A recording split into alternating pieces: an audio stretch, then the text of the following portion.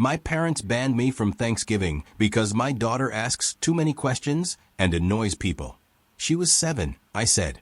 Understood. Then I rented out a banquet hall, invited 60 friends, and posted pictures. Grateful for people who love curious kids. My mom saw it called furious. We're your real family. I said, real family shows up. And my mom called while my daughter was asking the DJ how his speakers worked. We were standing in the middle of a rented banquet hall on Thanksgiving afternoon. Long tables, paper tablecloths covered in kids' drawings. Warm turkey smell hiding the faint scent of industrial cleaner. My daughter Lily was on her tiptoes, pointing at the mixer, firing off questions about buttons and wires. The DJ was actually answering her. My phone buzzed in my pocket. Mom on the screen. I almost let it go to voicemail. Then I thought, no, you wanted this. I swiped. She didn't even say hello. What is this on Facebook? She snapped. A banquet hall. 60 people. Grateful for people who love curious kids. I watched Lily's ponytail bounce while she listened to the DJ explain what an equalizer was. Looks like what it is, I said. Thanksgiving. We are your real family, Will. She hissed. I could hear plates clinking in the background. Football on TV. Not these random people. You're making a spectacle. You made your father look like a monster. I took a breath. My hand still smelled like turkey and sanitizer. Real family shows up. Mom, I said real family doesn't ban a 7-year-old from Thanksgiving because she asks too many questions. She started talking over me, voice rising. I pulled the phone away from my ear and stared at the screen for a second. Then I remembered the way my dad had said it on speakerphone 3 weeks earlier, casual as reading a weather report, and how I'd said, understood, and hung up. I'm Will, 36. I'm a firefighter in a mid-sized Ohio city just outside Columbus. I've been with the department for 12 years. I work 24-hour shifts, sleep in a bunk room that smells like sweat and coffee, and run into burning buildings for a living. It's easier than dealing with my parents. I'm married to Hannah, who's a respiratory therapist. We have one kid, Lily. She's 7, brown hair, big eyes, talks like she's hosting her own science show. She reads street signs out loud, asks how everything works, and once dismantled our broken toaster to see its organs. She's my favorite human on the planet. To my parents, she's a lot. They never say that part out loud. They say things like spirited and chatty, the same way they call my job, that firefighter thing, like it's a phase.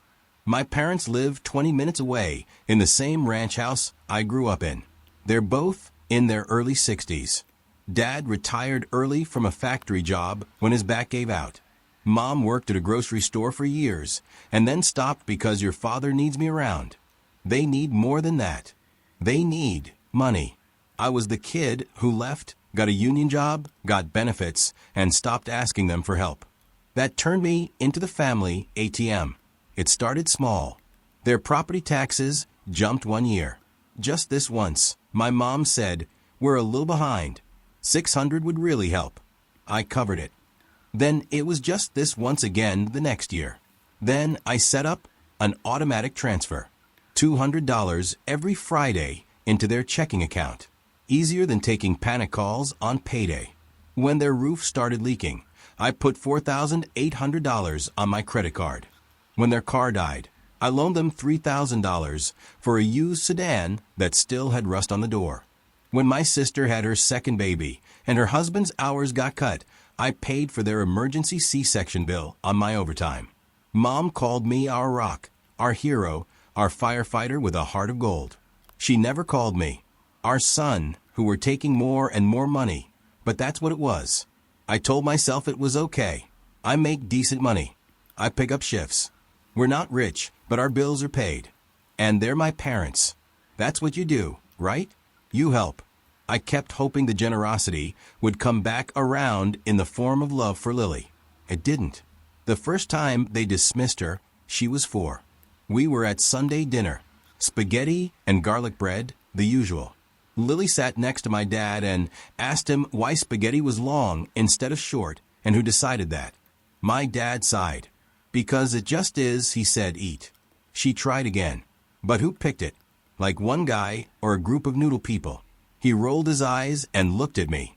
You've really got to tell her to give it a rest sometimes. She wears people out. I laughed it off. She's curious, Dad. It's a good thing. Yeah, he said until it gets on people's nerves. After that, it was comments here and there. Does she ever stop talking? Maybe she doesn't need to correct people all the time. Well, she exhausted your Aunt Brenda. Poor woman didn't get a word in at Easter. They love my sister's kids. Quiet, tablet-trained kids who knew how to sit on a couch and scroll. My nephew Mark could sit in the same spot for 3 hours watching people play video games on YouTube. He's so well behaved. Mom would coo. He doesn't bother anyone. Lily would be on the floor building some lopsided Lego bridge and asking how rail bridges don't fall down. Mom would step over her like she was clutter. Every time it stung, I told myself it wasn't that bad. No one was yelling at her. No one was hitting her. They just didn't know what to do with a kid like her. And every time they forgot to include her in something, I filled the hole with money. When my parents wanted everyone to go to a water park weekend, and my sister said they couldn't afford it, I covered the cabin. When Dad wanted a new big screen for family football Sundays, I bought it and installed it myself, crawling behind their dusty entertainment center while Lily sat on the couch, ignored, asking if anyone wanted to learn the names of all the bones in the hand. They didn't. The real shift started last year. My parents decided they wanted to go on an Alaskan cruise for their 40th anniversary. Price tag about $8,000 for the package they wanted. Balcony room, excursions, the works. We'll put down 3. Dad said over pork chops one night. Could you and your sister cover the rest? Kind of a thank you for everything we've done. My sister looked at me. She's a teacher. Her husband works at a tire shop. They live paycheck to paycheck. We'll probably can swing it. Mom added casually. With all that overtime, he does. I did the math in my head. 8 minus 3 split evenly meant $2,500 for me. $2,500 for my sister's family. I knew where that would land. No, I said, not loudly, not angrily. Just no. Mom blinked like she misheard. What? I said no, I repeated. We're not funding a luxury cruise. We're still paying off the roof and the sedan. Lily needs braces soon. We're good for emergencies, not vacations. Mom went cold. Fine, she said. We'll figure it out. We just thought family, help family. They never mentioned it again, but things changed. Little things. I stopped getting thank you texts for the Friday transfers. They still went out, but the only message I got from my mom was once a month. Did the deposit go through? Your dad says the balance looks low. Henna pointed it out one night when we were balancing our own budget at the kitchen table. You. Notice the only time they text is about money or holidays. She asked. I shrugged. It's just how they are. Lily notices, she said quietly. She asked me the other day why Grandma never asks her about school. That one hurt. I still didn't stop the transfers. I still showed up. 3 weeks before Thanksgiving, I was finishing a 24-hour at the station. We'd had 3 calls overnight. Nothing dramatic, thank God. A kitchen fire that we caught before it spread. An old guy who fell and needed lifting help. An alarm that turned out to be burnt toast in an apartment building. I was sweeping the bay when my phone buzzed. Mom on the screen. I put it on speaker and leaned the broom against the engine. Hey, Mom, I said. What's up? Are you at work? She asked. Yeah, but we're quiet. Everything okay? She cleared her throat. Your father and I wanted to talk about Thanksgiving. My stomach sank. Okay, so she started stretching the word.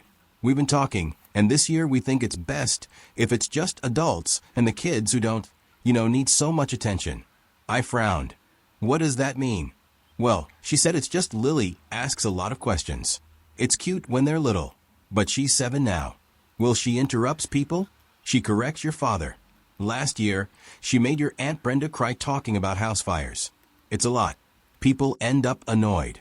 I was suddenly very aware of the engine bay echo, the hum of the soda machine, the smell of diesel. So, you're saying she's not invited? I said slowly. It's just for this year, Mom said quickly. We want a peaceful holiday. No interrogations. No having to explain every little thing all dinner. You and Hannah can still come. Of course. We'd love to see you, too. Maybe Lily can stay with one of her little friends or Hannah's parents.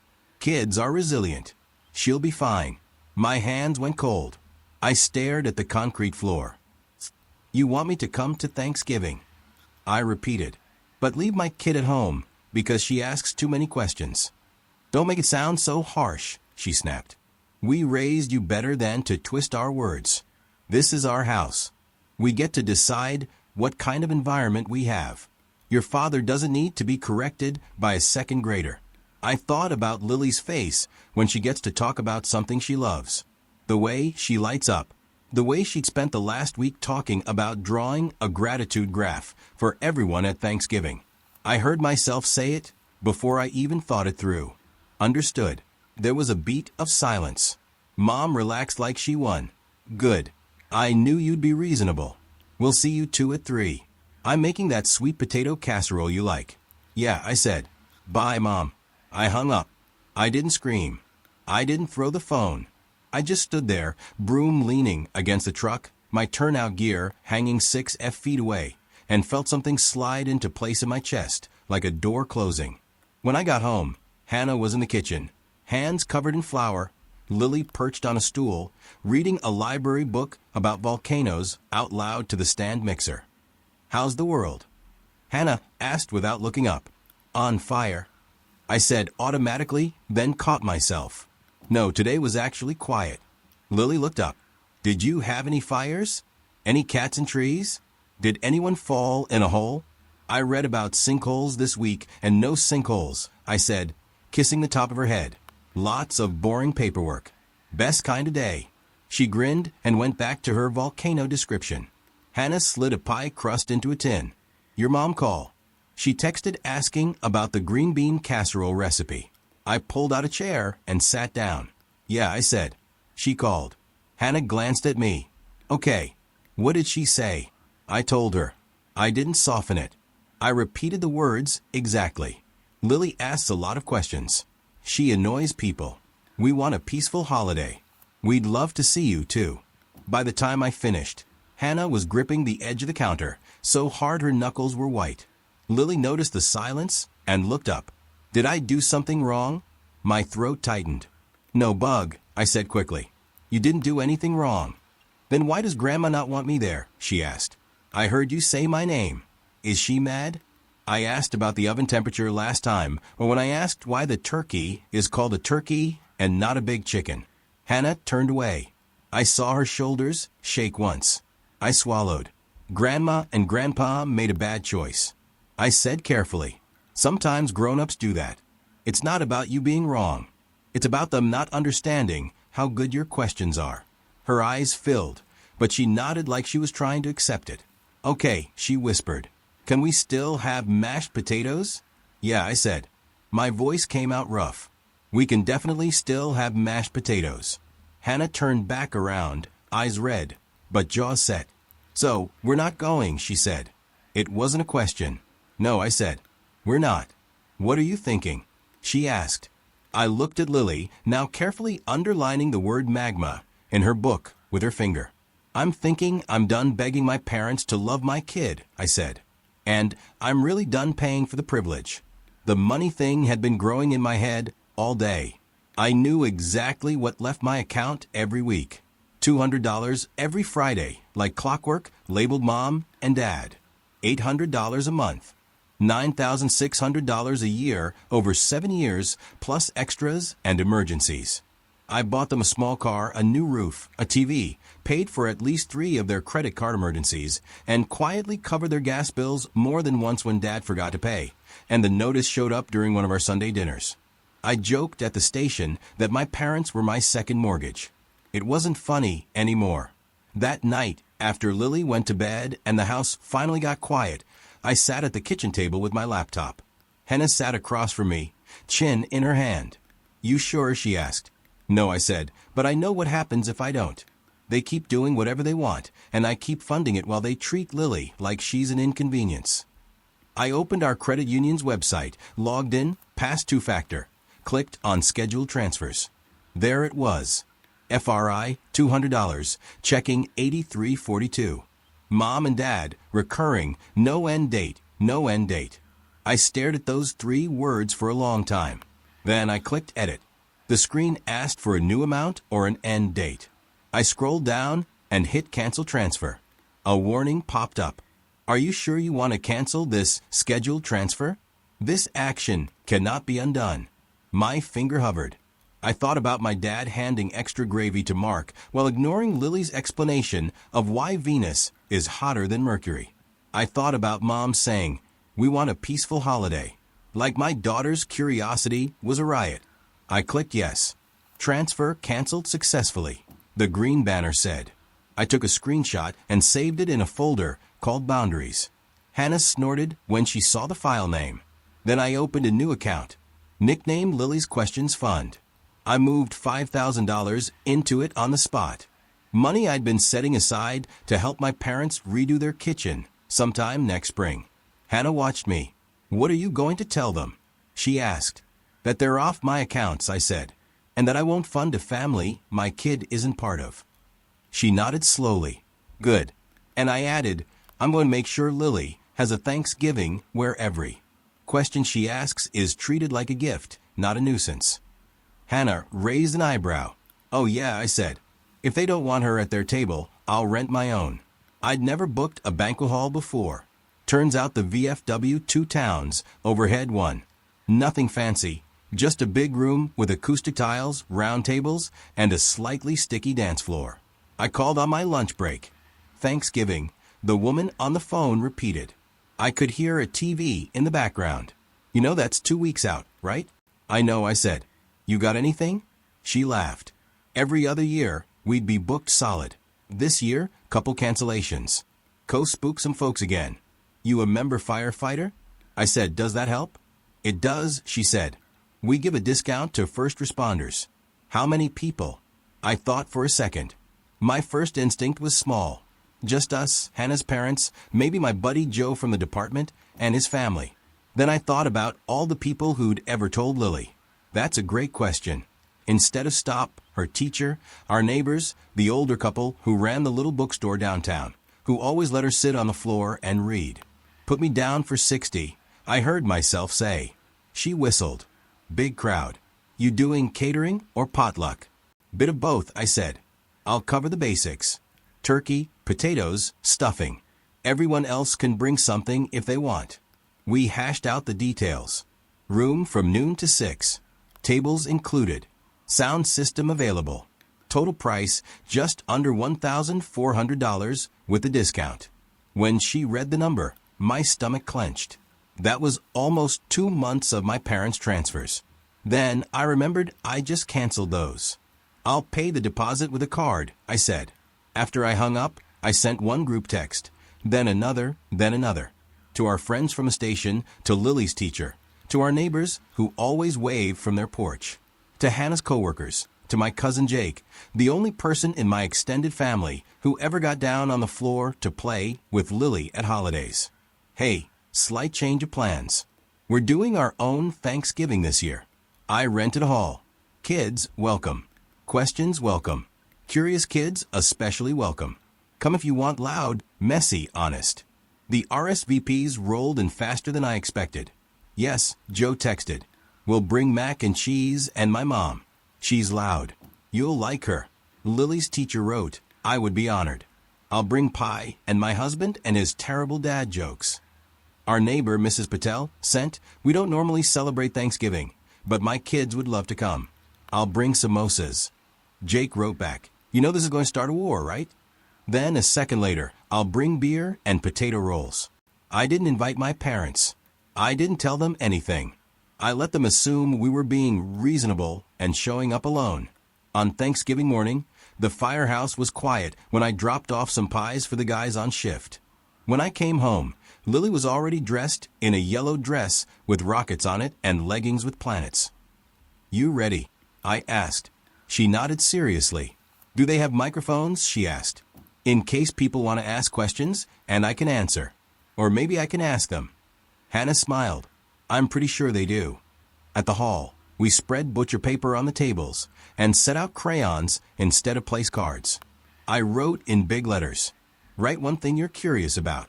People started trickling in. Joe and his family. Hannah's parents with a crock pot of something that smelled like butter and heaven. Mrs. Patel with 2 giant trays. Lily's teacher, Mrs. Anwin, with her husband and a stack of board games. Every time someone new walked in, Lily's eyes lit up. "Hi, Mrs. Gwen. Are you curious about anything today? We have a curiosity table," she said, pointing to the paper. Mrs. Anwin laughed. "I'm always curious, Lily. I might need a whole table." We ate. We talked. Kids ran around without being shushed. Every 2 seconds, someone turned on music. The DJ, Hannah's friend's cousin, sat up in the corner and let the kids talk into the microphone between songs. At one point, I looked around at all these people who weren't family. Technically, no shared blood, no guilt contracts, just people who liked us and liked my kid exactly as she was. My phone buzzed. Mom had finally seen the Facebook post. A picture Hannah took of Lily standing on a chair at the curiosity table, marker in hand, writing, "Why is the sky blue?" and shaky, all caps. The caption, "Grateful for people who love curious kids." I tagged the location, VFW All, Thanksgiving 2.0. The comment count was already climbing. I answered Hannah's questioning look with a shrug and headed toward the corner to take the call. And that's where we started.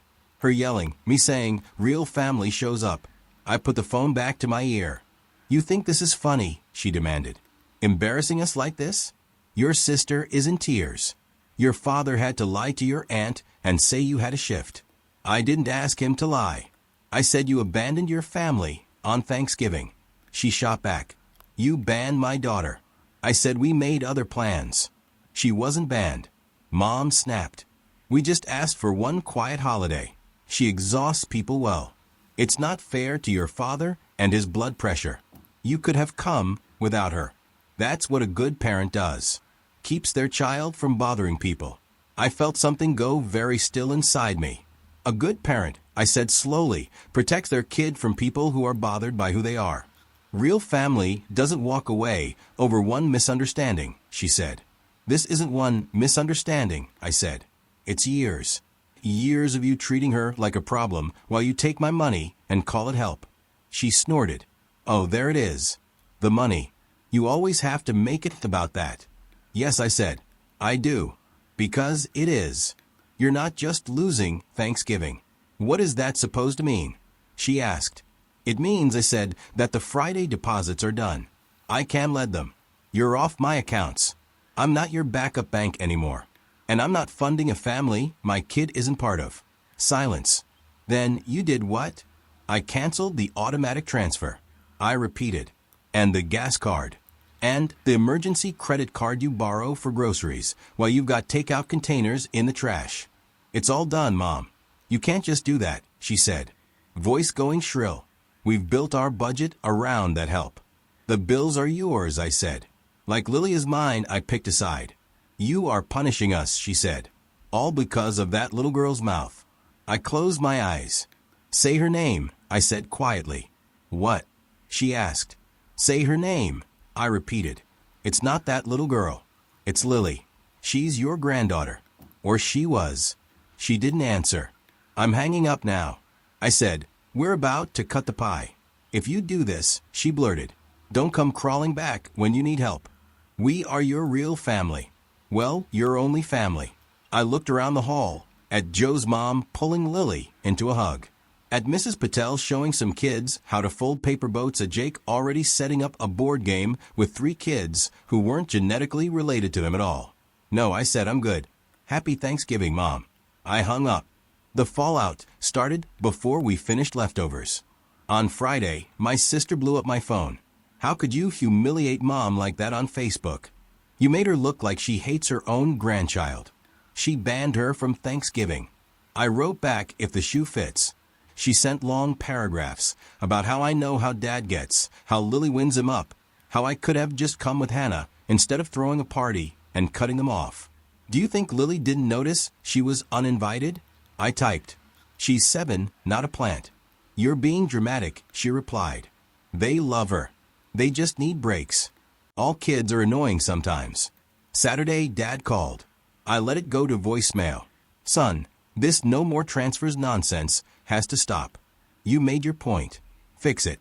Your mother's a wreck. The gas company is calling. You can't just shut off support. Hannah listened and snorted. He thinks your paycheck is a utility. Sunday, they showed up without warning.